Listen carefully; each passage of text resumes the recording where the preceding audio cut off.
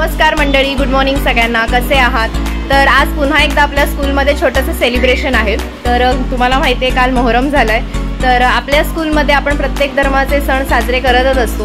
तर आज मोहरम हे फेस्टिवल आपण आज स्कूलमध्ये सेलिब्रेट करणार आहोत. तुम्ही इथे बघू शकता छान प्रकारे अशी आपण मोहरमची ड्रॉइंग केलेली आहे आणि पोरांबरोबर फोटोशूट केला आहे आपल्या इकडे.